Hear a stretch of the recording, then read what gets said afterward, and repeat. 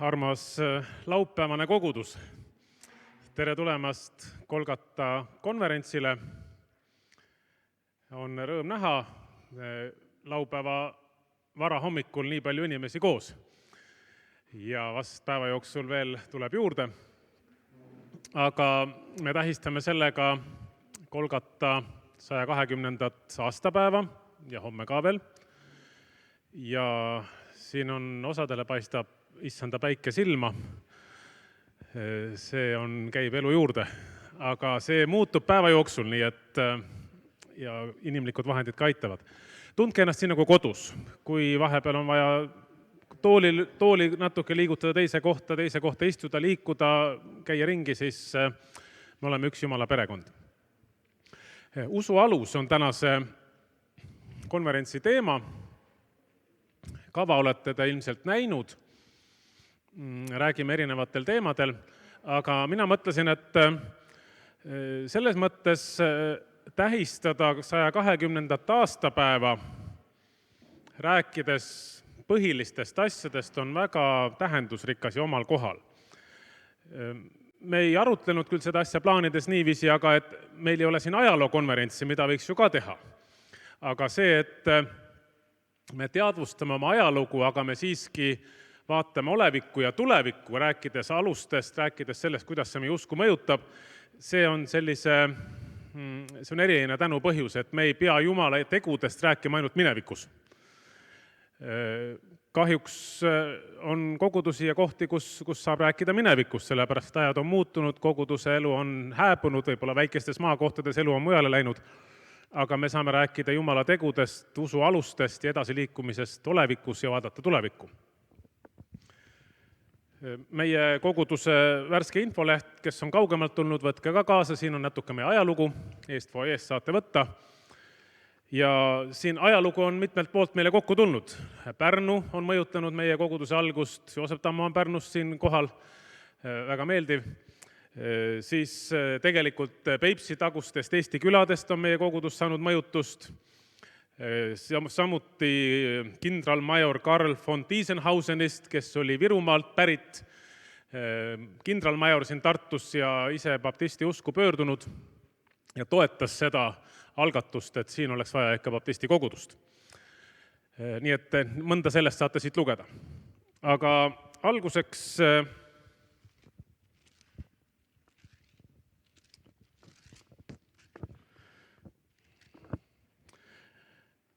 ühe piiblisalmi loen ka usu aluse kohta. Vaadakem üles Jeesusele, usu alustajale ja täidesaatjale, kes häbist hoolimata kannatas risti temale seatud rõõmu asemel ja on nüüd istunud Jumala trooni paremale käele. Ühel või teisel viisil me räägime ikkagi Kristusest kui usu alustajast. Ja see, kui me vaatame ka tulevikku, et kord me oleme issanda trooni juures koos temaga, see on nüüd üks tõeline usulause. Nii et ma loodan, et seda usku saab meil rohkem olema tugevamaks selle päeva jooksul, aga me tõuseme praegu ja palvetame.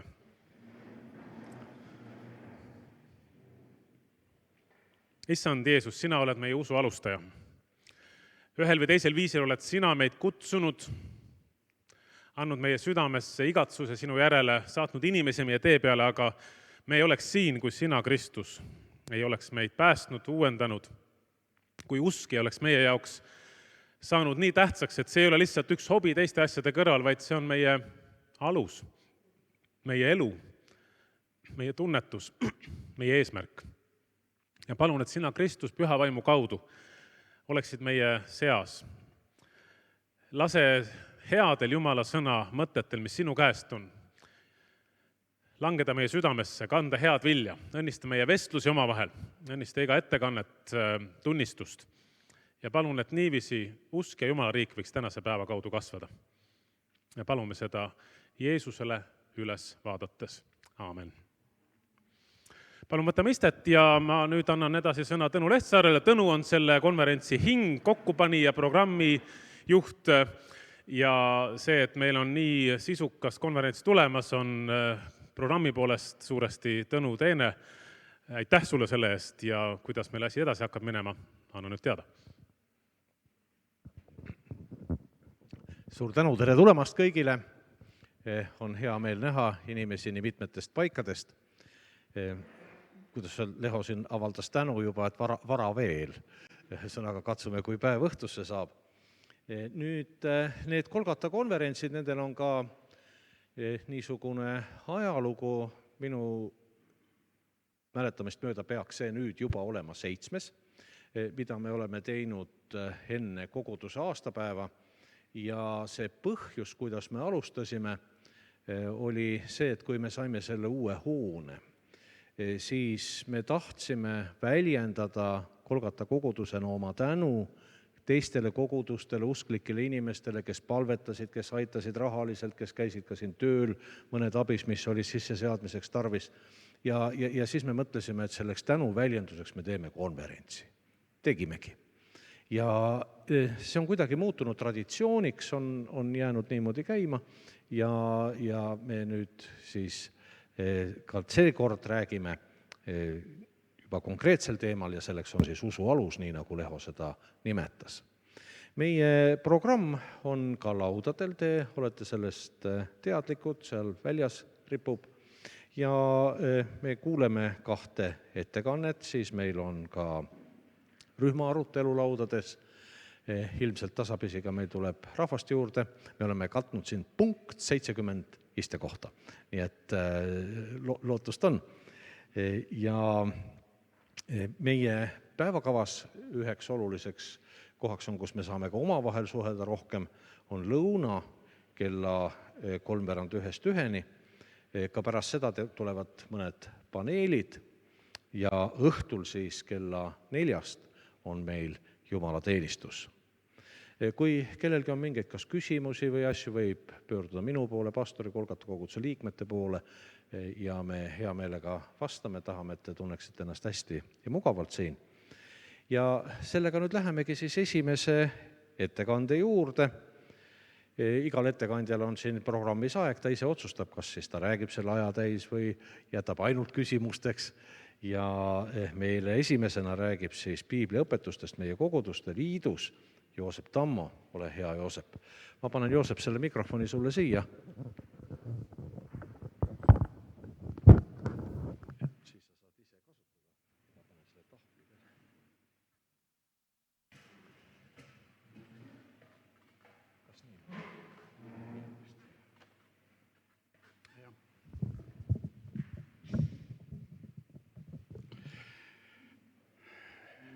Head kuulajad, vennad ja õed Kristuses. Mul on hea meel siin teie ees olla ja tänan kutse eest. Teema, mida peaksin siis valgustama, on suur ja lai. Ma algaksin sellest peale, et minu esimene tõsisem eksam vend Osvald Tärgi juures oli piibli teoloogia. Ja see konspekt, millest tuli lähtuda, see on paljudel võib-olla veel kodus ja seal on tohutult palju piibli kirjakohti. Ja vend Tärk küllalt täpselt nõudis. Ja minu pea jälle siiamaani nüüd juba vanadusest ei pea enam neid kirjakohti nii hästi. Et ma ei ole niisugune tugev peast tsiteerida või kohe kõik tean. Aga kuidagi tuli see probleem lahendada enda jaoks. Ja siis ma avastasin lihtsa printsiibi ja see on see, et iga teema juures, kui sa tunned vähemalt ühte, no väga hea, kui 2 kirjakohta, mis on võtmetähtsusega, et siis sa saad piiblist kõik teised kirjakohad ju paralleeltekstidega leida. Ja see aeg oli seal laua taga antud, et nagu kogu see tekst ja vastus siis antud teemal leida. Muidugi elu ei ole nii lihtne eksam ja koguduste elu kaugeltki nii lihtne, vaid tuleb palju küsimusi, tuleb neid küsimusi ka, et mis otseselt ei ole piiblis sõnastatud, vähemalt selliselt, nagu meie seda võib-olla ootaksime või tahaksime. Vastused on, aga nad on antud kaudselt. mõned jälle väga meie jaoks liiga otseselt ja samal ajal meie oma kogudustes ja ma usun ka Kolgata baptisti koguduses ütleme, et piibel on meie usuelu alus. See on see normatiivne dokument või alusdokument. Või tänapäeval on ka toredamaid ja veel ilusaid väljendusi nagu tüvitekst või et millele me siis toetume. Baptistid üldiselt ütlevad niimoodi, et meil usutunnistusi ei ole, meil on ainult piibel. Aga kui nüüd täpsemalt vaadata, siis meie oma lauluraamatu, see pruun lauluraamat, selle lõpus on apostelik usutunnistus, mida me aeg-ajalt ka kasutame. See on, ütleme, 2. sajandist alguses saanud ja sealt siis oma elu edasi elanud. See ühendab meid kõigi teiste kristlastega ka. Peale selle on baptistidel veel siiski, vahest nimetatakse usutunnistuseks jutumärkides, aga lihtsalt niisugused statementid, et kus on mingi loetelu põhiprintsiipidest. Kui mina olin noor, siis selleks loeteluks oli mingi 6 printsiipi, mis algas ka sellega, et pühakiri on meie usu alus, aga siis sinna sisse tulid ka sellised, et ei ole vaja mingeid vahendajaid, et meid on nii loodud, et iga inimene võib Jumalaga otse suhelda ja peabki seda tegema, et ei ole vahemehi peale Jeesuse Kristuse. Ja tavaliselt see viimane seal mingi punkt oli nõukogude ajal alati, et kas me tunnustame riigivõimu või ei tunnusta ja siis oli 6-7 punkti koos. Aga ilmselt sellest ei piisa, kui mina sain 90. aastate alguses, möödunud sajandil, nooremat pean kahjuks ütlema, ma õpetan koolis ja ma näen neid nägusi, kui ma ütlen, et ma olen möödunud sajandi mees. See on suur pettumus, sest juba 21 aastat on juba saab seda sajandit.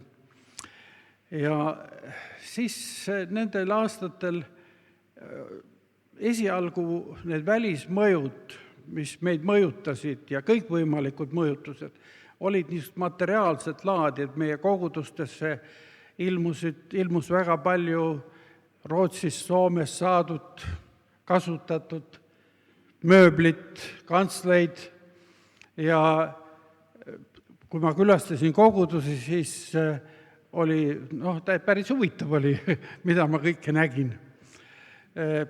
Nüüd tasapisi on need ka vanaks saanud ja tulnud uued ja paremad mööbliesemed. Aga mida ma veel märkasin, oli see, et kui ma kogudusi külastasin, et see koguduslik elu muutus üha kirjumaks.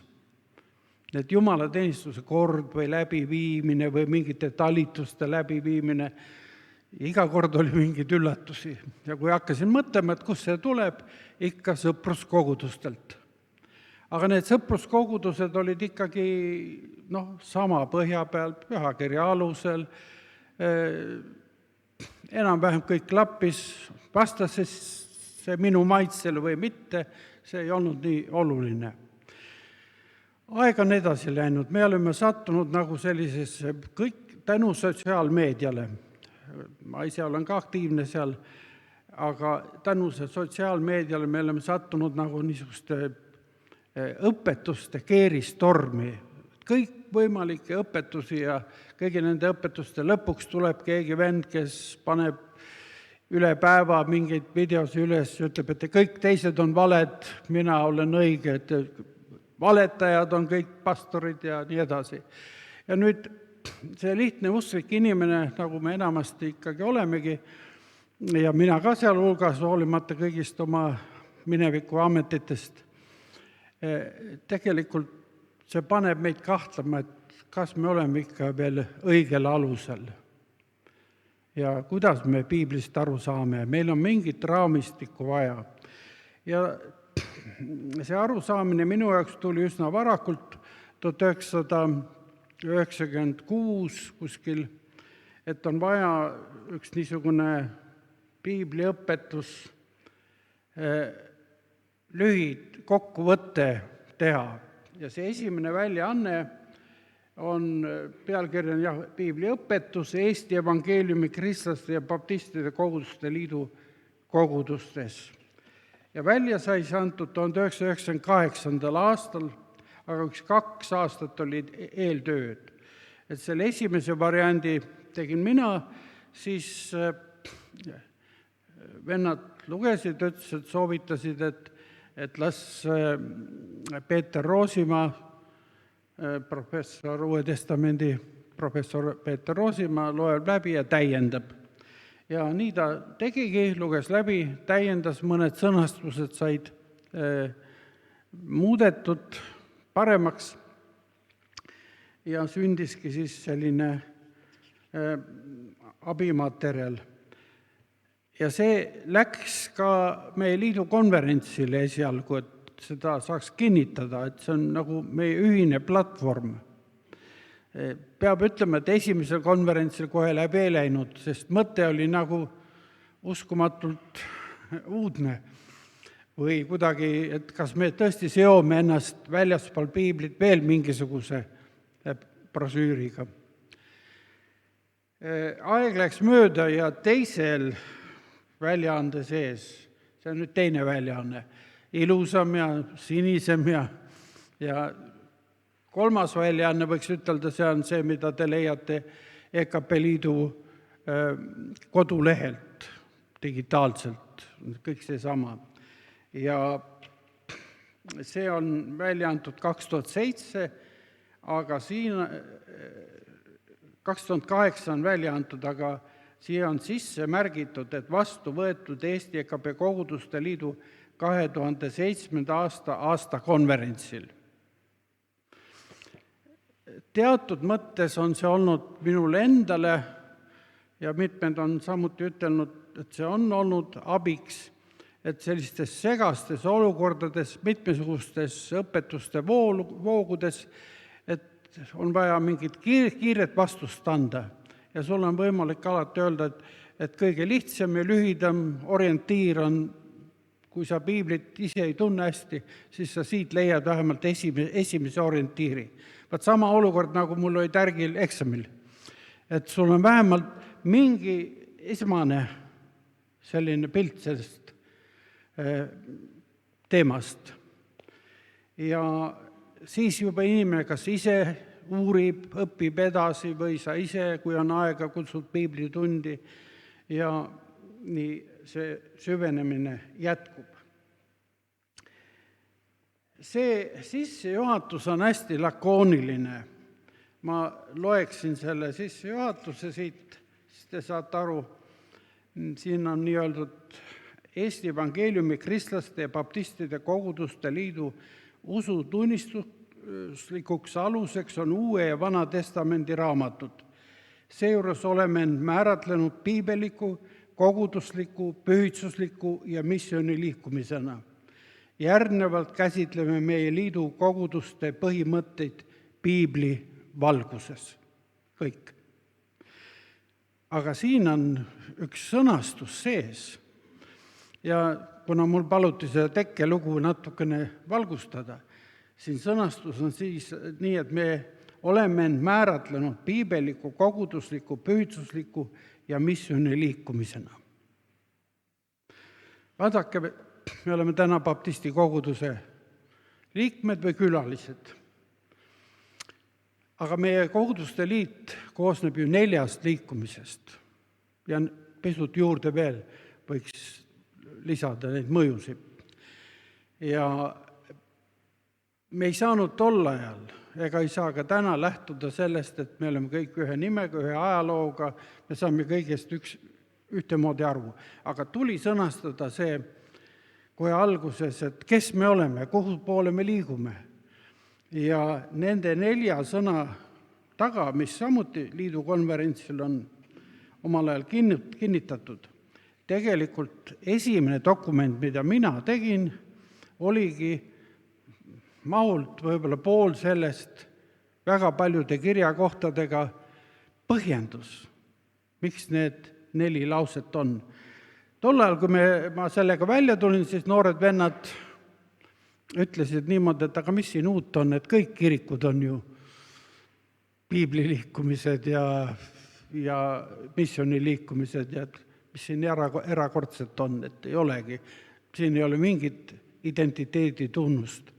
Mõneti on see õige kriitika, aga tegelik elu on näidanud seda, et need 4 sõna, et kes me siis oleme, 4 sõna, piibellik, koguduslik, püüdsuslik ja missiooni liikumine. Et neid on meil ikka ja jälle läinud keerulistel aegadel vaja, et hoida mingit liikumise raami, et me ei eksiks ära kuskile tühiste kõrval õpetuste ja nähtuste hulka. Selline siis pisut eellugu, aga muidugi tuletaksin meelde, et eesti keeles on ka 1912. aastal välja antud baptisti usutunnistus. Ka väga mahukas ja väga paljude kirjakohtadega varustatud. Aga mul siin hetkel teda ei ole kaasas, ent Tulk kasutas viimasena ja ta lubas täna mulle selle tuua. Nii, tegemist on siis meil 70 leheküljelise vihikuga ja mis koosneb 4 peatükist. Esiteks Jumala riigi alused, teiseks elu Jeesuse Kristuse koguduses, siin on õpetus ristimisest, leiva murdmisest, vaimuandidest, suhetest teiste kirikutega, kolmandaks kristlase elu maailmas, siin räägitakse püüdsusest ja meie suhetest ühiskonnaga, ja 4. Jumala riigi saabumine, siit leiame õpetuse surmast ja igavesest elust, Jumala kohtust ja uuest maailmast.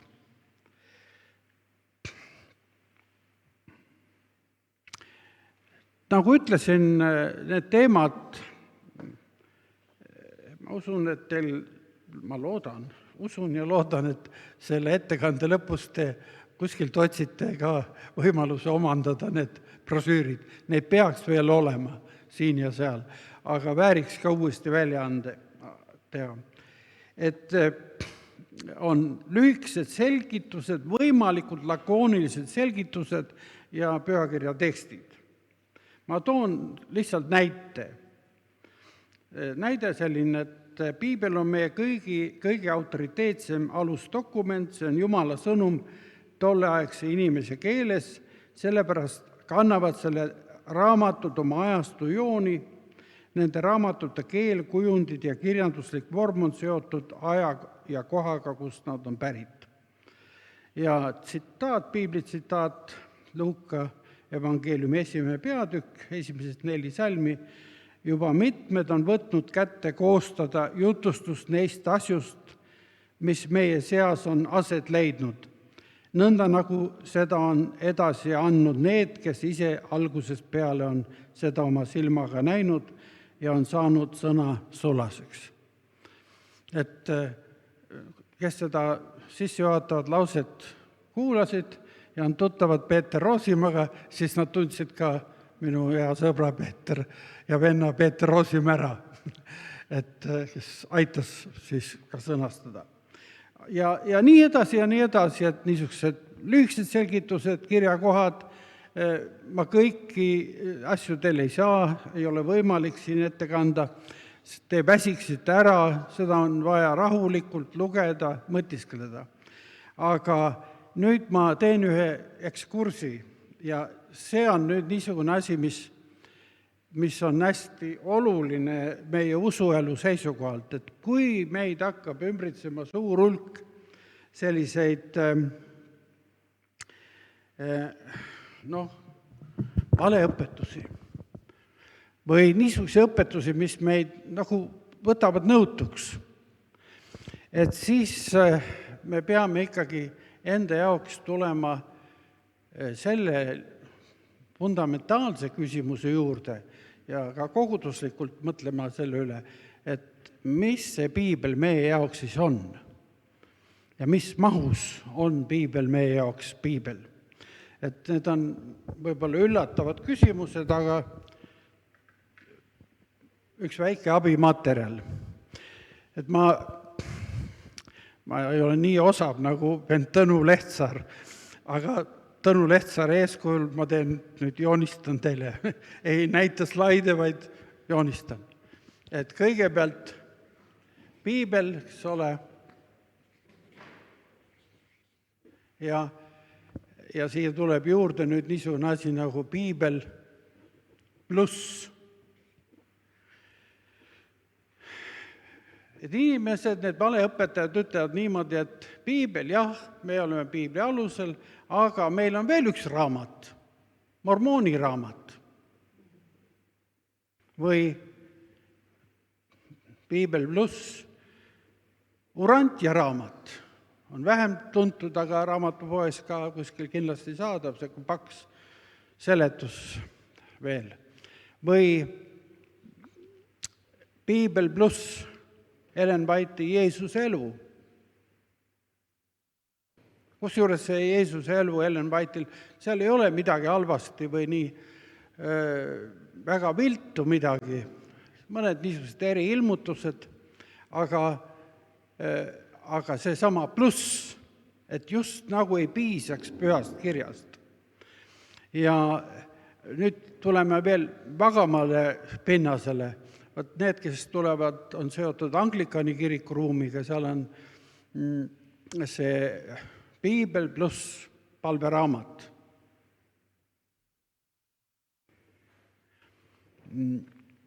Siis tuleb siia juurde veel apokrüüfide küsimus, et kellel on need paksemad piiblid, piibliselts on välja andnud ka apokrüüfidega või nende niisuguste nagu vanas keeles on öeldud, soovitav kirjandus või ka vaga kirjandus, aga see on vanad siis tekstid, mis olid olemas Septuagintes, see on siis selles kreekakeelses piibli tõlkes juba, mis paarsada aastat enne Kristust tõlgiti kreeka keelde ja mis kujunes tegelikult varajase kristluse piibli nagu normiks. Ja piibli see kaanon ju ei kujunenud ka nii kohe välja, et kõik oli selge, vaid mitme sajandi jooksul. Et tegelikult 367 ilmub Athanasiuse Uue Testamendi raamatute loetelu ja ma võiksin neid kõike veel aastaarva teile lugeda pikalt ette, aga see väsitaks teid ka ära ja seda võite, nagu öeldakse, Google'ist vaadata. Aga minu jaoks oli selle küsimusega pisut tegeldes üllatus, et õigeusu kirik, kellega me ju ka kokku puutume, et eriti Vana Testamendi kaanoni osas on nad lõpliku otsuse vastu võtnud alles 1672. aastal Jeruusalemma kiriku kogul. Ja selle tõttu siis on seal terve rida niisugusi teoseid juures. Esimene ja teine Makkabeide raamat on meile ka tuntud apokrüüfidest, Baaruki, Taanieli, Estri raamatu lisad, Jeremiia palve ja veel, mida nad ka kasutavad oma usu alusena. Nüüd see nõuanne, mis mul teile oleks, et kui te kantslit kasutate meie kogudustes, et me kasutame ikka seda 66 nii-öelda raamatuga piiblid, mis Luterist alates on olnud meile aluseks, see on see sola scriptura. Aga kui te tsiteerite neid apokrüüfilisi tekste, mis on ju ka ikkagi väärtuslikud, need peegeldavad seda hellenistlikku ajastut, nii-öelda Vana-testamendi sündmuste ja siis selle hellenistlikku ajastut seal vahepeal 200 aastat, seda vaimsust. Mina, kes ma annan filosoofia ajalugu, siis mulle on need eriti huvitavad vaadata, kuidas need tolle ajastu mõtted ja kuidas nad võtavad sellise vaga ja püha vormi. Ja midagi paha, tõesti, nad on vagad ja head lugemised, midagi paha ei ole, aga kantslis on hea vahet teha. Ja nüüd seda võiksin lisada, Piibel pluss, aga on teine hereesia või valeõpetuse allikas on Piibel miinus. Et see Uue Testamendi kaanon, nagu kes siin õppinud inimesed on, nagu te teate, sündiski tegelikult selle Piibel miinuse tagajärjel, sest oli selline rikas mees, tal oli vara, selle tõttu ta rajas Rooma riigis ka suhteliselt kiiresti suurematesse linnadesse oma koguduste struktuuri. Me näeme seda tänapäeval ka, kuidas need kogudused ja kirikus, mis ei olegi ennast kirikutena registreerinud, vaid mõned on äriühingutena ennast registreerinud. Üsna kiiresti on üle maailma loonud oma tugipunkte. Markion, kuidas me nimetame, siis ka elas aastatel 85 kuni 160 ja tema korraga leiab, et see Vana Testamendi Jumal ei ole ikka see Jumal, keda Jeesus oma armastava isana kirjeldab. Ja teeb otsuse, et Vana Testament tuleks üldse kõrvale jätta, Piibel miinus.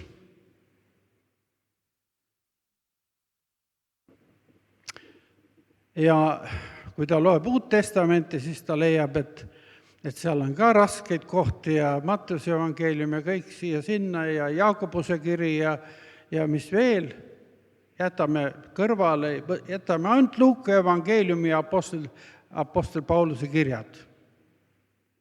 Ja see on nüüd Piibel miinus kiriku ajaloos. See oht on tegelikult jätkunud, see ei ole ainult muiste. Isegi Martin Luther oma usuvõitlustes, ta teatud ajal kahtleb, kas Jaakobuse kiri ikka on see Piibli osa või ei ole. Et seal on liiga palju sellist käsumeelsust. Ja teine tähtis asi, mida ta oleks hea meelega võib-olla kõrvale jätnud, aga õnneks siiski võttis sisse, oli ilmutuse raamat. Aga see oht oli täiesti piiri peal. Et selle ohuga me peame tõeliselt arvestama, vennad ja õed. Ja mis oli kõige üllatavam, et kui minna päris sellisesse aktuaalsesse diskussiooni tänapäeval, et ma ei hakka nimesi nimetama, aga see kõik on Eestimaal, et korraga liidrid, kes on väga tugevad, karismaatikud, aga korraga nad on tundnud, et riigivõim liigub täiesti vales suunas.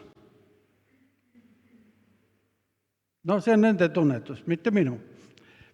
Ja nad korraga ütlevad niimoodi, et Rooma kirja 13. peatükk, see ei ole ikkagi selle Piibli osa, et see on sinna kuidagi sattunud ja see ei ole üldse see, mida me peaksime õpetama. See on tänane Eesti olukorras Piibel miinus efekt.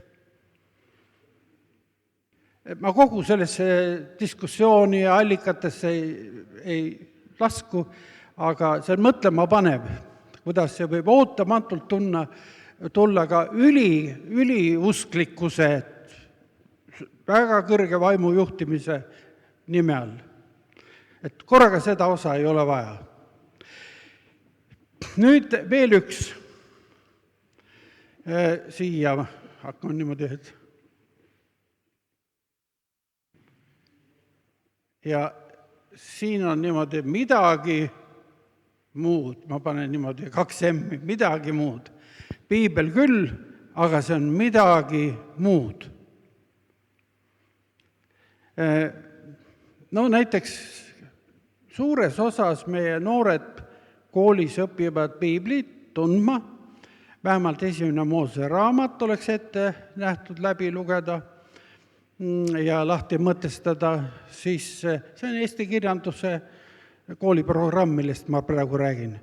Siis õpetussõnadest peaks natuke teadma, ülemlaulust, Hiobi raamatust, kuna Tammsaare Tõe ja õiguse tekstid on ja muud Tammsaare loomingu osad on seotud Hiobi raamatuga väga tugevalt. Et seda Hiobi raamatut peaks teadma ja siis üks evangeelium tuleks läbi lugeda ja ongi kõik. Et kui nüüd üks eesti kirjanduse õpetaja seda kõike teeks, siis see oleks ju päris pidulik, juba võiks hakata koguduse liikmeks vastu võtma. Aga kõike seda õpitakse võtmes piibel midagi muud. Piibel on muistne kirjandusteos. Õpime muistnet kirjandust. Piibel on juudi mütoloogia. On küll, aga ja loeme huvitav raamat, õpime, aga see on juudi mütoloogia. Üks asi, kus me peaksime olema tähelepanelikud. Võib-olla mõnel teie lapsed käivad ka Tartus on selline kool ja paljudes Eesti linnades, mille alusfilosoofiaks on antroposoofia. Keegi ütleb selle nimetuse. Waldorf koolid, jah. Waldorf koolides ka võidakse rääkida ka Jeesusest, ka piibli lugusi võidakse rääkida, aga võtmes see on kõik midagi muud. Ja see on allutatud nagu sellele teisele mingile ideoloogiale. Ja võiks ütelda niimoodi, et enamus nendest valeõpetustest tegelikult kombineerivad neid positsioone. Aga ma lõpetaksin ikka selle koha peal selle kõrvale põik, et piibel, mis ta siis on ja et siia võiksite panna siis võrdusmärgi ja ma selle tsitaadi, mis meil võiks peas olla kõigil, et piibel on kogu pühakiri on Jumala sisendatud ja kasulik õpetamiseks, noomimiseks, parandamiseks, kasvatamiseks õiguses, et Jumala inimene oleks täiesti varustatud ja valmis heale teole. Kogu pühakiri on Jumala sisendatud ja kasulik õpetamiseks, noomiseks, parandamiseks, kasvatamiseks õiguses. Niisiis oleme seal tagasi, oleme baptistid, rajame oma usu piiblile ja mõistame seda kui meile äärmiselt vajalikku teost. Nüüd tulles tagasi korraks ühe teema juurde, mis ikkagi me kokku puutume, et näiteks meie aeg toob esile uusi teemasid, mis piiblis otseselt või nii ei esine sellisel kujul. Näiteks teema on Kristus ihu ja erinevad kirikud. Siin leheküljel 42-43. Me näeme, on erinevaid õpetuslikke aktsente, erinevaid jumalateenistuslikke traditsioone ja piibel otse ei ütle, mis on vale või õige. Ja siin selles olukorras, kui nüüd selle punkti juures olla, mis tuli teha, ma olin ise Eesti Kirikute Nõukogu asepresident sel ajal ja ma nägin seda kirikute koostööd. Eesti Kirikute Nõukogu põhikirjas oli meil ainult üks lause, mis meid kõiki ühendab absoluutselt. See on tänini. Jeesus Kristus on issand. Et kui me seda tunnistame, et siis me võiksime ühe laua taga istuda. Aga seal on nii palju erisusi muid, et võikski jääda arutada, aga me oma eesmärki ühiskonnas sel juhul ei oleks suutnud ja ei suudaks ka see nõukogu ka täna teostada. Aga millest tuli siis lähtuda? Jeesuse enda soovist. Johannese evangeeliumi 17. peatükk 22. salm. Mina olen andnud neile selle kirkuse, mille sina oled andnud mulle, et nad oleksid üks. Me ei ole üks. Väga mitmel ajaloolisel, õpetuslikul. Võib-olla on kiriku ajaloos ka väga palju personaalseid konflikte olnud, miks on lahku mindud. Ka meie oma kogudustes siin alati ei suuda seda ühtsust hoida. Aga see on Jeesuse ülempreesterlik palve, et nad oleksid üks. Ja küsimus on selles, et kas me oleme üks osa sellest Jeesuse palve kuulmisest või ei ole. Mul on hea meel, et täna siin ka teiste uskkondade esindajaid näha. Et see, et me oleme üheskoos, see on Jeesuse palve vastus. Ja kui kõik see ajalugu, kõik need loorid, meie arusaamatused, meie keerulised mõttekäigud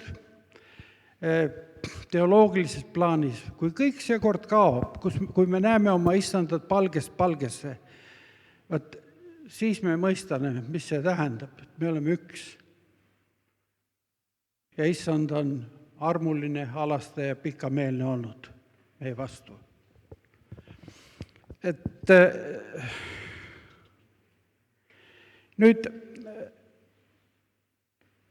Jumala sõna ei ole ju lihtsalt üks tumm kirjatäht, vaid tegelikult Jumala sõna on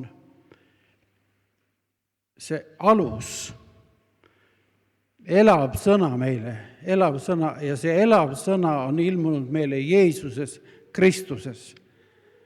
Johannese evangeelium algab sõnadega, alguses oli sõna ja sõna oli Jumala juures, sõna oli Jumal. Või nagu Hebra kirja autor ütleb, Jumal, kes muiste palju kordi ja mitmel viisil rääkis esivanematele prohvetide kaudu, on nüüd päevade lõpul meile rääkinud poja kaudu, kelle ta on seadnud kõigi asjade pärijaks, kelle läbi ta on ka maailma teinud. Et kui me võtame Piibli, Uue testamendi, Vana testamendi, siis hoiame ikka kõigi ka keeruliste kirjakohtade juures seda meeles, et poeg on elav sõna. Tema meelsus, tema lähenemine. Kui me loeme Vana testamendi keerulisi teksti, mis on üle meie mõistus, et kuidas need sündmused kõik said toimuda, ka siis tuleb vaadata me issanda Jeesuse Kristuse elu ja kannatuse valguses seda kõike. Ja ma annaksin nüüd eksiõpetuse suhtes veel ühe niisuguse lühikese, kuidas ütelda, lakmuspaberi, kus te ära tunnete. Ja siin oleks Piibli asemel Jeesus.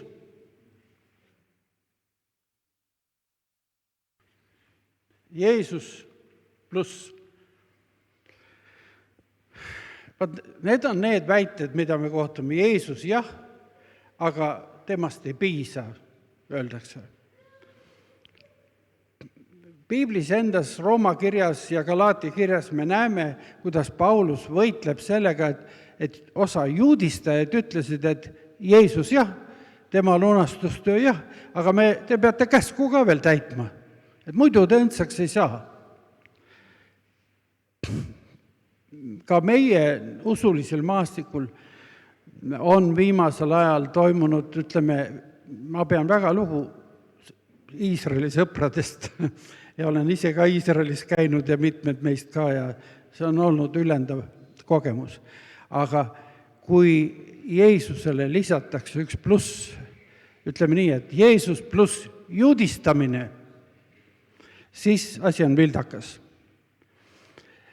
Kui Jeesus pluss ja lisatakse, aga ega sa muidu õndsaks ei saada, kui sa meie uskonda ei kuulu. See on käib ka sellesama Jeesus pluss teema alla. Et vot kuulud meie uskond, täidad need ja need kombed, vot siis on kõik asi korras.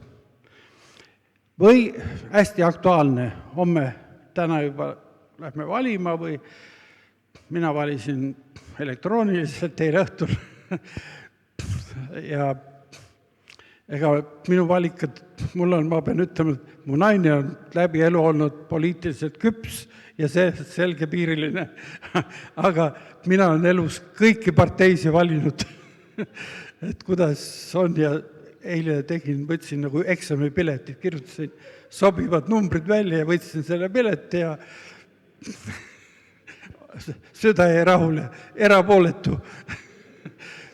Aga kui keegi tuleb teie juurde ja ütleb, et ega sa muidu õndsaks ei saa, Jeesus pluss see partei, kui sa kuulud meie parteisse ja valid meid, vaat siis sa oled õige kristlane. See on juba valeõpetuse või selline suur nihe. Nüüd, siin on samuti sama teema. Jeesus miinus. Näiteks esimene suurem kirikuajaloo eksitus oli see, et Jeesus oli ainult inimene. Ariaanid õpetasid, Aarius õpetas seda. Ja peab ütlema, et 50% valeõpetustest tuleb selle joone pealt, et Jeesus jah, aga ta oli inimene, ta oli üks prohvetitest, nii nagu Muhamed ütles.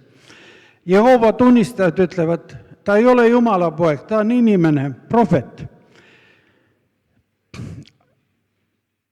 Aga on ka teine variant selles miinuses, kes ütlevad,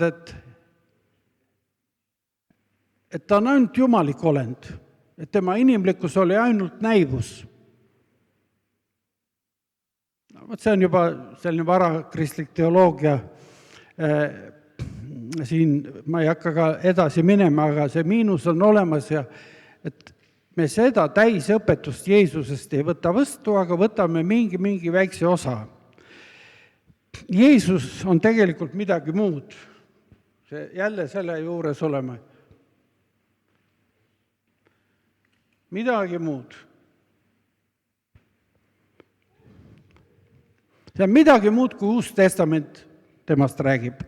Ta oli üks mütoloogiline olend, spirituaalne valgustaja, tarkuse õpetaja. Selles mõttes võib, kui sa oled eksiteel ja satud kuskile sinna lilleorgu mediteerima, võidakse sulle vabalt ka öelda, et Jeesus, meie peame ka Jeesusest lugu, aga ta on midagi muud, kui teie õpetate. Siin ütlen samamoodi, et see midagi muud sisaldab elemente alati ka nendes positsioonidest, pluss, miinus ja nii. Aga vastus, et kes siis Jeesus on?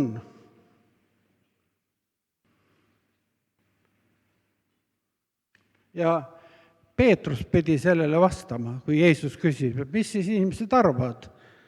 Ja siis Peetrus ütles, et sina oled Kristus ehk Messias.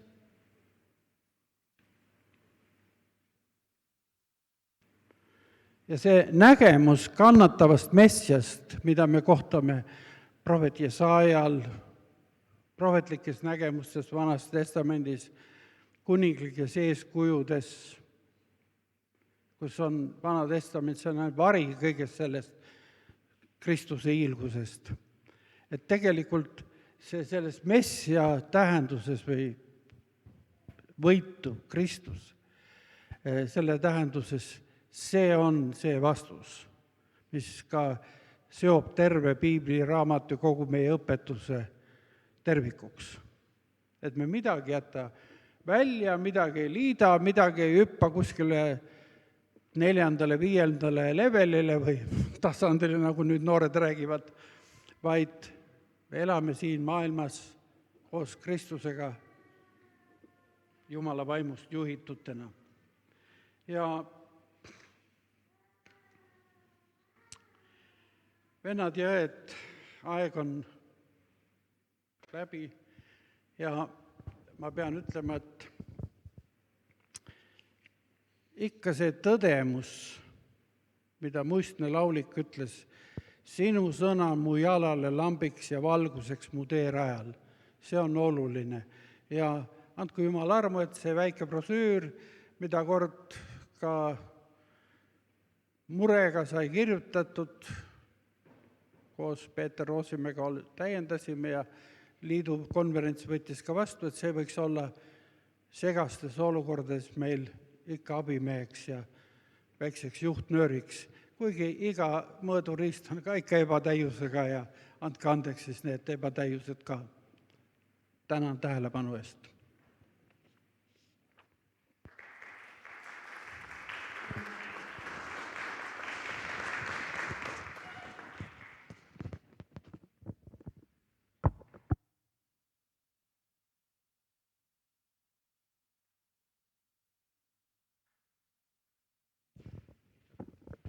Joosep tänas tähelepanu eest, meie täname Joosepit ettekande eest.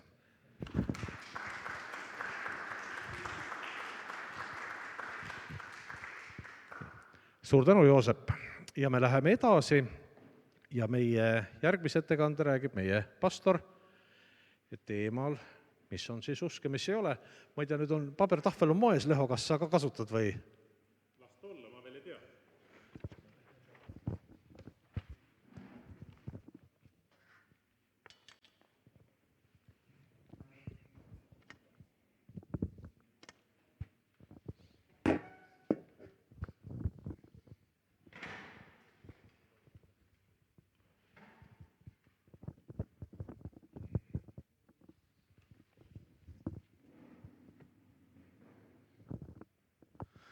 Vaadake, selle Jumala sõnaga on ta nii kaalukas asi, et kõik noodipuldid ei kanna välja. Usu alus peab ikka tugev olema.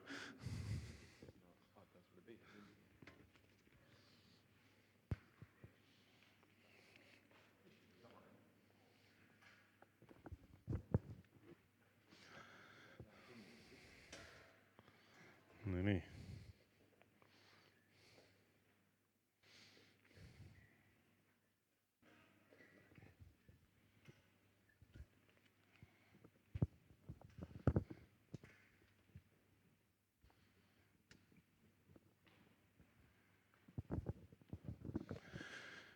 Suur tänu, Joosep, selle esimese ettekande eest. Ma mõtlesin, et pärast saab küsimusi ka küsida, aga ei, päästeti sind sellest. Minu ülesandeks on siis rääkida, või teemaks on, et mis on usk ja mis ei ole. Kui usu alus on meie konverentsi pealkiri, siis mingis mõttes sellest alusest sai nüüd räägitud ja mina räägin siis natuke selle usu poole pealt, nii nagu see välja kukub. Alustan mõttega sellest, et mis pärineb ühelt teoloogilt loetud mõte, minu jaoks mingi hetk oli see selline nagu mõtet avav lähenemine. Et meie mõtleme, kui me räägime usundist või religioonist, kristlus ja muud religioonid, et usk on igal juhul see selline nagu kindel asi või tähtis asi. Ja see teoloog viitas sellele, et ega tingimata ei ole erinevates religioonides üldse usk see tähtis asi. Ei ole sugugi mitte igas religioonis usk keskne, see, mida sa pead tegema selleks, et olla siis selle usu järgija. Näiteks ta toob välja, et juutluses, meie Vana Testament ainult siis või juutlus ei määratle mitte niivõrd ennast sõnaga usk kui seadus. Sa pead teatud asju täitma. Või siis Rooma usundites on esikohal, neid meil tänapäeval ei ole, aga ajalooliselt on esikohal kinnipidamine teatud rituaalidest, kommetest ja vormidest. Ja usk võis nendesse jumalustesse täiesti puududa. Kui sa tegid teatud rituaalid ära, siis on korras. Usul ei ole seal tähtsat kohta. kõige tähtsam on rituaalide hoolikas täitmine. Kui me võtame tänapäeva võib-olla kõige levinum läänemaailmas uus vaimsus, siis tähtis on seesmine kogemus. See, mis sa enda seest leiad, mitte usk kuhugi väljapoole, vaid see ongi. Nii nagu sa tunned, nii on õige. Aga kristluses on usk väga kesksel kohal. Me räägimegi usutunnistustest näiteks ka kirikuloos. Ei ole mitte teatud kommete loetelu, et 7 asja tee ära, vaid on usutunnistus. Mina usun sellesse. Kuigi nad on abivahenditeks, aga usu aluseks on piibel ja lõplikult Kristus, aga on väga tähelepanuväärne, et kristlikuks aluseks on usun, mina usun, credo.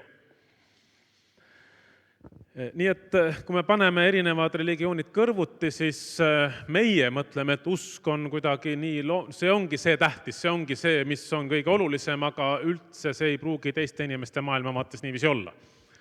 Ja ma mõtlen, et natuke nende teiste uskumuste või maailmavaadete mõjusid kipub meisse inimlikult ikka tulema, et midagi see usk pluss, ma võiksin siia teha usk pluss ja usk miinus siis, jah. Aga et usk küll, aga et paneme need Vanatestamendis mingid seaduste loetelu ka või et teatud rituaalid sa pead ka ikka läbi tegema või see kogemus, aga et püüaks siis natuke vaadata selle usu sisse. Usuga kristlikus mõttes on ju niiviisi, et see toetub millelegi. Ta ei ole lihtsalt see, et sa usud midagi. Ja kui me ütleme näiteks, siis eelmise ettekande põhjal ka, et meie usk toetub Jumala sõnale, siis selle taga on see mõte, et mitte lihtsalt mingisugune sõna, et täna öeldi mulle see sõna ja homme öeldakse see sõna, vaid et Jumal on midagi ilmutanud, see on kirja pandud, see on ajalooliselt meil olemas. Ja meie ei hakka seda muutma siin jooksvalt. Seda, kuigi Joosepile ka see raamat on kallis asi, aga et aeg läheb edasi ja mõni muudatus võib sinna ka sisse tulla, sellepärast et kõike see ei käsitle. Aga Jumala sõna piibli näol ja veel ülimuslikult siis Kristuse näol on meile ajalooliselt antud. See on olemas ja see usk toetub sellele. Nii et kui me ütleme, et meie usk põhineb Jumala sõnal, siis me ütleme sellega, et see põhineb Jumala tegutsemisel läbi ajaloo. Teatud ajaloolistel sündmustel, ülimuslikult Jeesusel Kristusel, sellistel, mis on vaieldamatult Jumala teod ja ilmutus. Me ei loo seda usku siin koha peal kogu aeg jälle uuesti. See oleks selline uue vaimsuse mõtlemine, et ma loongi seda, nii nagu tuleb, nii on. Nii et kristluse jaoks on alati olnud usu aluseks ajalugu. Mitte selline hetkekogemus, mis toetab või kinnitab, intensiivistab seda. Mõned kirjakohad. Näiteks 1. Korintuse 15:14.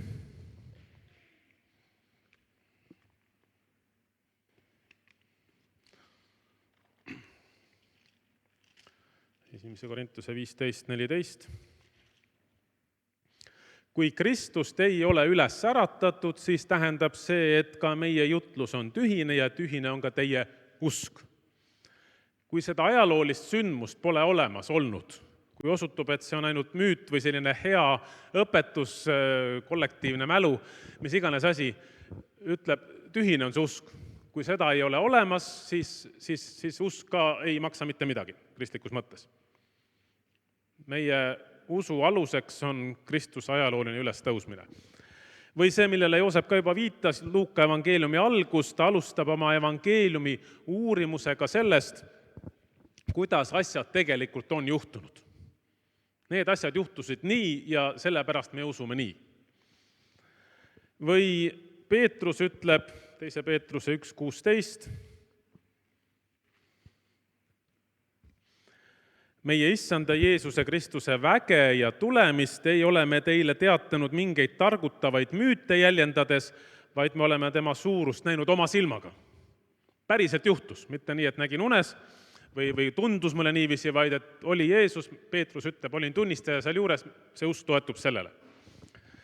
Miks see on tähtis, et meie usk toetub sellistele Jumala tegutsemisele ajaloos?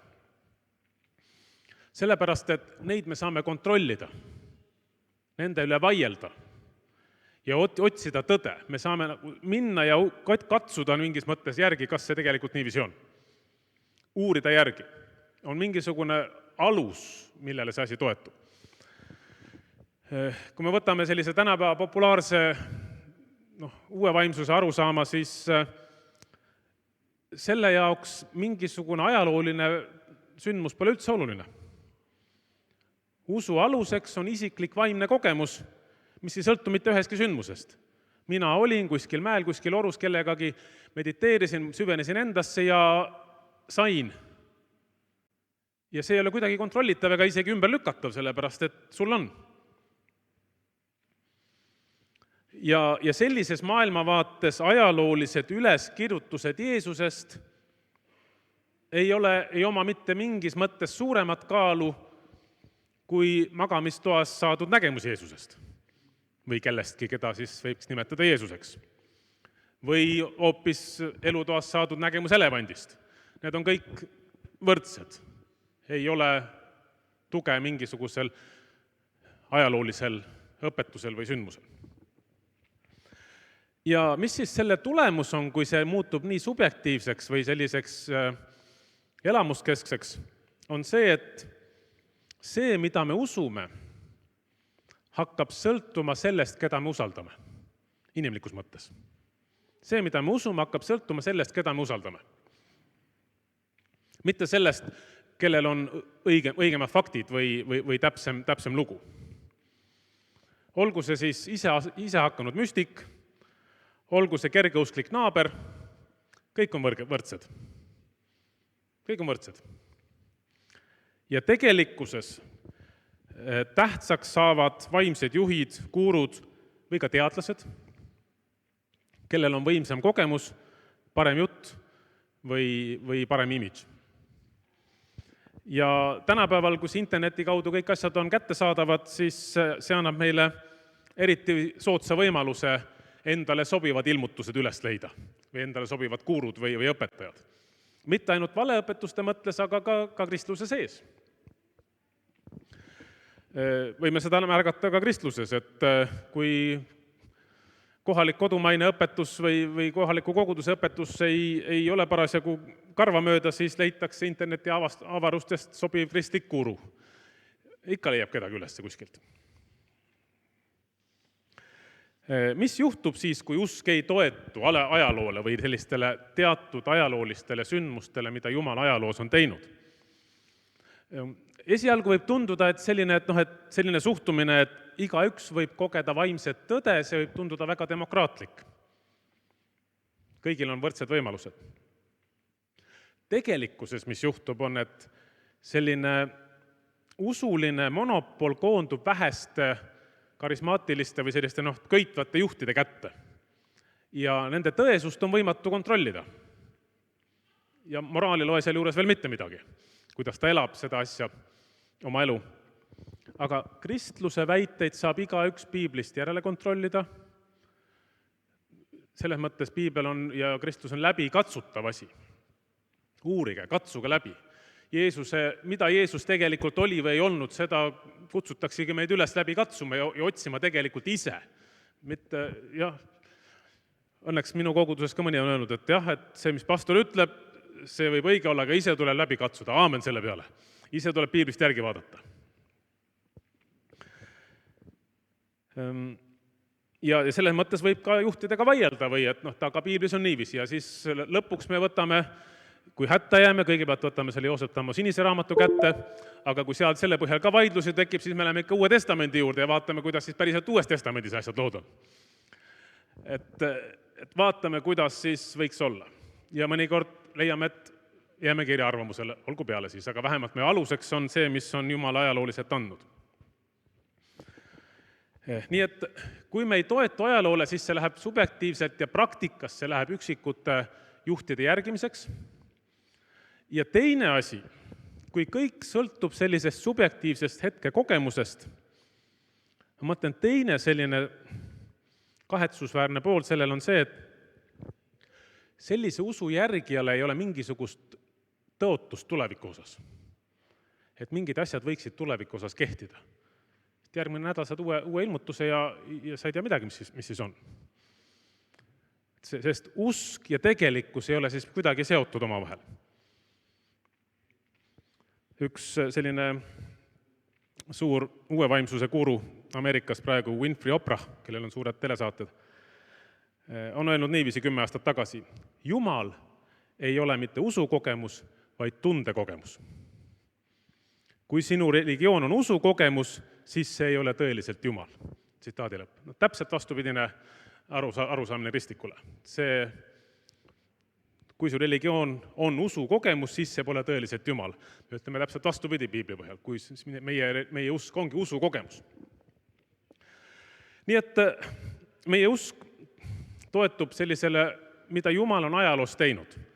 Mitte ainult teatud üksikutele sündmustele, vaid Jumala ilmutusele ja ülimalt Jeesusele Kristusele. Ja lõpuks Jumalale, kes on selle ajaloo taga. Nüüd, see on see nähtav pool asjast. Me saame, Jeesus on nähtavaks saanud Jumal, teatud õpetused prohvetite kaudu, mis Piiblis on nagu kuuldavaks või nähtavaks saanud Jumal. Piibel räägib lisaks sellele, et Jumal on palju rohkem kui see nähtav, vaid see nähtamatu maailm on veel üle selle ja rohkem kui see nähtav maailm. Kolossa 1.16. Kristuse läbi on loodud kõik, mis on taevais ja maa peal, mis on nähtav ja nähtamatu. Olgu troonid või ülemused, valitsused, meelevallad, kõik on loodud tema läbi, tema poole. Piibel toob selle esile, et meie usu kaudu me teame, et on olemas ka nähtamatu maailm. Ja see on sama reaalne kui see nähtav. Ja nüüd usk ongi see, mis meil aitab sellest nähtamatust maailmast midagi teada või ütleme, olla veendunud sellest tõsikindlalt. Heebra 11.3 ütleb, usus me mõistame, et maailmad on valmistatud Jumala sõna läbi, nii et nägematust on sündinud nähtav. Ajaloost me saame mingisuguseid nii-öelda nähtavaid asju, aga usk ütleb meile, et on palju rohkem kui see nähtav. Jumal ise on põhimõtteliselt nähtamatu. Ei ole niiviisi primitiivselt, et kui me saaksime minna piisavalt kaugele kosmoses või kuskil, et küll me siis selle Jumala lõpuks üles leiaksime. Jumal on põhimõtteliselt nähtamatu. Isegi kui meil oleks võimalik või piisavalt kaugele minna või piisavalt sügavale minna, siis ta on nähtamatu, ta ei anna ennast niiviisi tunda. Väljaspool meie nägemist. Aga usu kaudu, see usk, millest me räägime, võib olla ja ongi iga kristlase jaoks see nähtamatu maailm sama reaalne kui nähtav maailm.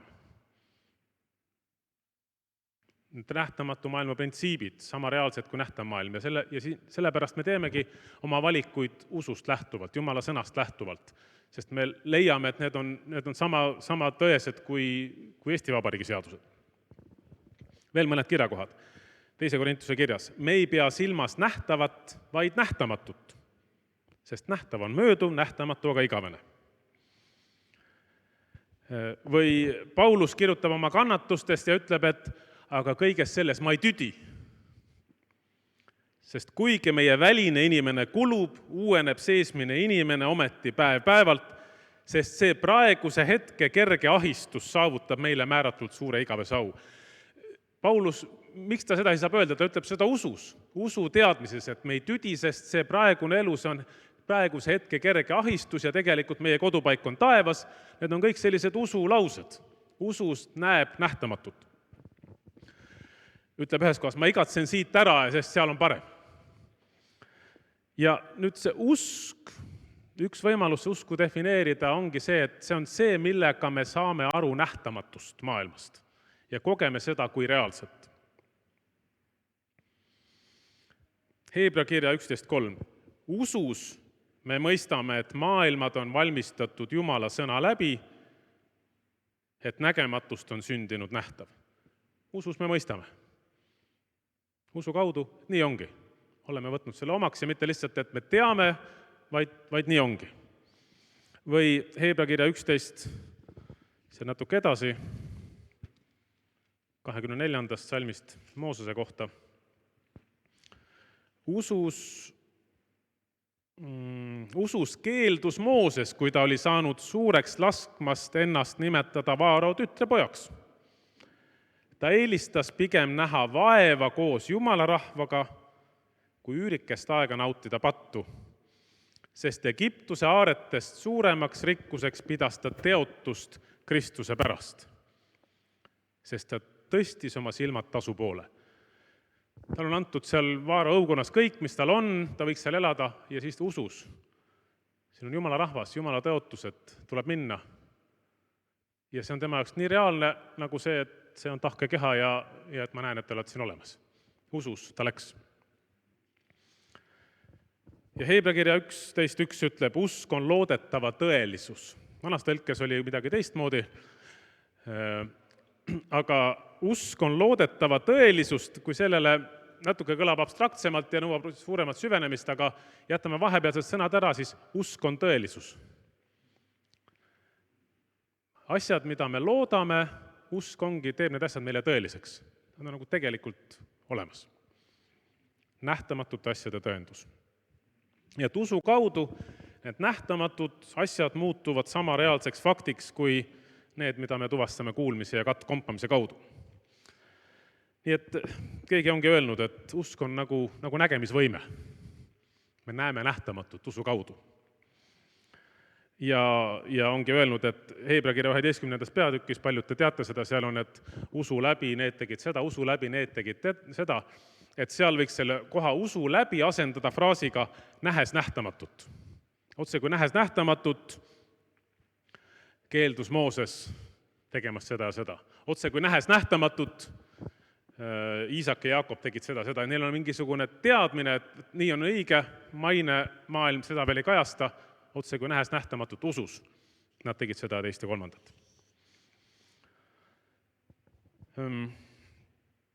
Teinekord tundubki, et meile maises elus et kas need Jumala printsiibid siis nii väga kehtivad või need maailm kisub nagu teisele poole minevat. Et mis me siis peale hakkame? Psalm 73 ütleb selle kohta, on väga ilus kirjeldus selle kohta, kus ka esimene pool psalmist usklik inimene ütleb, et vaatab seda maailma, et õelatel läheb hästi, mina ilma asjata hoian oma südametunnistust puhtana ja kurdab Jumalale, et miks niiviisi siis on, et ei lähe nii, et õigetel läheb, Jumala kartikel läheb hästi ja õelatel läheb halvasti. Ja siis ta jõuab lõpuks sellise usulauseni. Aga minu õnn on, et ma olen Jumala ligi. See on usulause, et see asi on kaduv, see on mööduv, usus minu õnn on, ometi jään mina issanda juurde. Siinsamas üsna varsti, kui me olime siia sisse kolinud, esimese aasta jooksul oli üks väga traagiline matus, mina ei viinud seda läbi, üks teine kogudus, aga usklik mees mattis oma 35-aastase naise raske haiguse tagajärjel. Ja tema saatis siis ära, tema kogudus viis seda läbi. Ja ta võttis sõna siinsamas. 35-aastane naine oli siin puusärgis ja tema usklik mees oli seal kõrval. Ja ta ütles midagi sellist. Kõigest ma ei saa aru. See, et 35-aastane inimene sureb, ei ole õige. Aga me ei pea süüdlasi otsima. Ma usun, et ta on Jumala juures. Seda ütles siis Lesk 35-aastase Kirstu juures. Ja ta rääkis veel sinna juurde, et 3 päeva enne surma, see oli raske haigus ja oli teada, et see lõpeb niiviisi. 3 päeva enne surma oli siis ema öelnud oma lastele, et emme läheb taevaisa juurde ja ootab teid seal ees. Kust ta teadis? Usu läbi, sest on Jumala tõotused ja usk nendesse. Usu läbi see kannab isegi siis läbi. Ja ilma usuta jäävad vaimulikud asjad nägemata. Jäävadki nägemata. Teate Marta ja Maarja lugu Johannese 11.40, Jeesus ütleb Martale, kelle usk oli hakanud Laatsaruse haual kõikuma. Kas ma ei öelnud sulle, kui sa usuksid, näeksid sa Jumala kirkust? Me tahaksime sageli teistpidi. Näita Jumal oma kirkust, küll me siis usuksime. Aga kui te usuksite, siis te näete Jumala kirkust. Usk enne ja siis sa näed Jumala reaalsust. Ja sinna juurde tuleb siis see, et kust see usk alguse saab. On vaja seda pöördumist, on vaja uuesti sündi, on vaja seda tegelikku muutust. Uskmatu inimese jaoks on raske, tegelikult võimatu teha lõpuni selgeks, mis see usk on või mida me usume ja miks see nii tähtis on. Mingis mõttes võiks öelda, et uskliku ja uskmatu vahele jääb samasugune kuristik nagu nägija ja pimeda vahele. Sa võid ära seletada, et need asjad on värvilised ja sellised, aga sa ei koge seda. Ja pühakirjast piibel ütleb, et lõpuni saab aru nendest usuasjadest need, kes on uuesti sünnitatud, pühast taimust sünnitatud. Veel tänapäevani jääb Vana Testamendi peale kate, seda ei kergitata, sest see eemaldatakse alles Kristuses, ütleb Paulus 2. Korintuse kirjas. Või et on inimesi, kellele ei koida evangeeliumi valgus. Jääb katte alla, aga kui sa võtad vastu selle pöördumise uuesti sünni, siis saad aru, et nii on. Nii et üks põhilisi erinevusi päästetud ja päästmata inimeste vahel on võime näha ja hinnata vaimuliku maailma asju, näha usus või mitte näha. Tooksin nüüd lõpuks natuke sisse ka seda, mida usk ei ole. Olen rääkinud, mida usk on. Paljud arvavad, et uskumine iseenesest on oluline. Kui sa väga usud, küll sa siis saad. Et usu ja siis nii ongi. Piibli mõte on ikkagi usul on objekt. Usu Jumalasse, usu Jeesusesse, usu kellessegi, mitte lihtsalt usu, punkt. Selline rahvalik arusaam on see, et kui me väga usume midagi, siis me tekitamegi selle asja. Võib-olla mingis maagilises mõttes on see isegi võimalik, aga piibli mõttes on täpselt vastupidi. Usu kaudu me pigem hakkame mõistma Jumala asju, me avastame need Jumala asjad ja siis me käitume selle järgi. Me ei loo mitte Jumala asju, vaid usu kaudu me näeme, usu kaudu me avastame. Me ei tekita usu kaudu midagi uut, vaid avastame seda reaalsust, mida Jumal on teada andnud.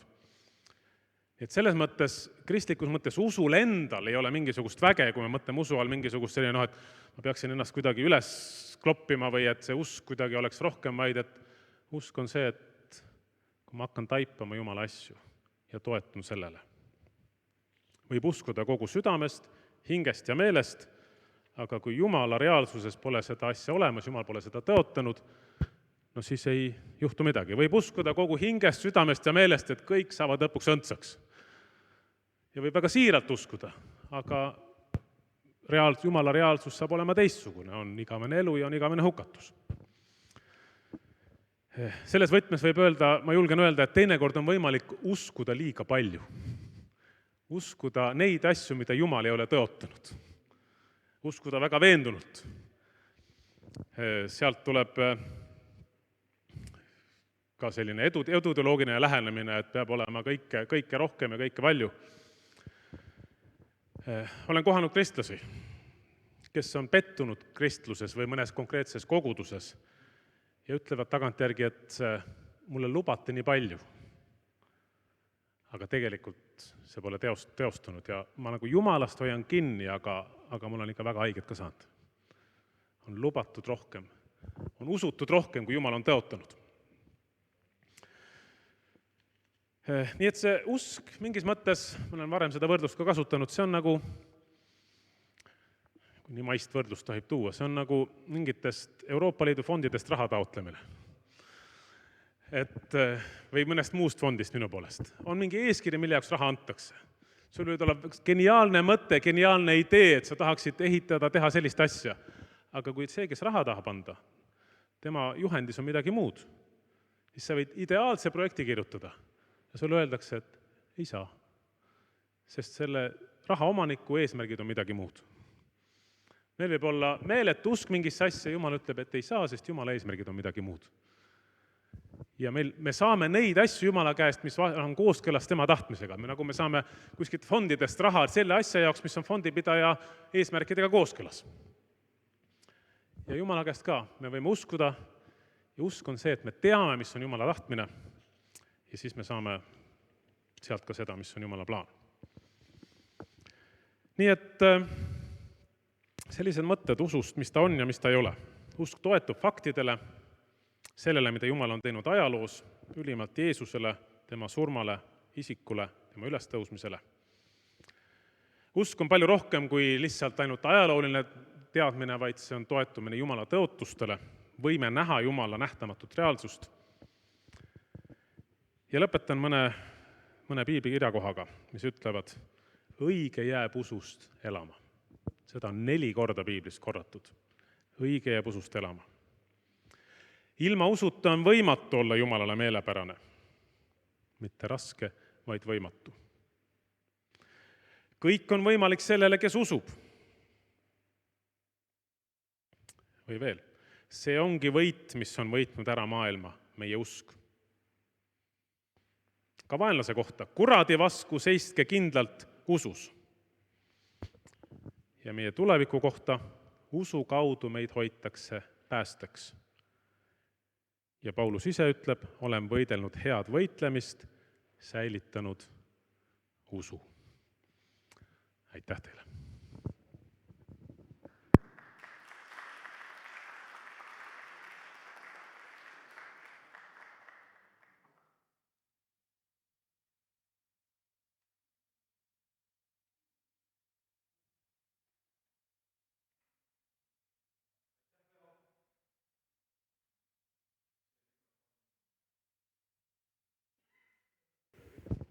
Kas nüüd? Pastor Onni Kärme, ühesõnaga, ta ei saa lavalt maha, juba mikrofon väljas. Ja nüüd me saame natukene rühmades arutleda. Ja ma palun, et Aire, kes on seal, valgustab meid, juhib meid ja see mõte, kui me valmistasime konverentsi ette, on see, et kui me usu alusest räägime, siis kindlasti meie usupraktikat mõjutab ka see, missugusest me taustast keegi tuleme. Ole hea, Aire. Ma ei lülita välja. Tere hommikust! Oleme nüüd juba siin 2 väga sisukat ettekannet ära kuulanud ja teil on kindlasti palju mõtteid endal, nii et enne kui me läheme selle küsimuse juurde, mis mina ette valmistasin, siis jagage 5 minutit oma lauas, mida te täna olete uut teada saanud ja mis on see, mis teil täna juba kinnitanud, julgustanud, teie usu alust tugevdanud, et võtame hetke lauas ka, et natukene reflekteerida seda, mis me juba kuulnud oleme, sest ega me ei tea ju, kas pärast seda päeva, kui me siit koju läheme, meil seda hetke ongi. Tulevad juba muud toimetused peale, et võtame hetke, et vaadata ja mõelda, mida me juba täna kuulnud oleme.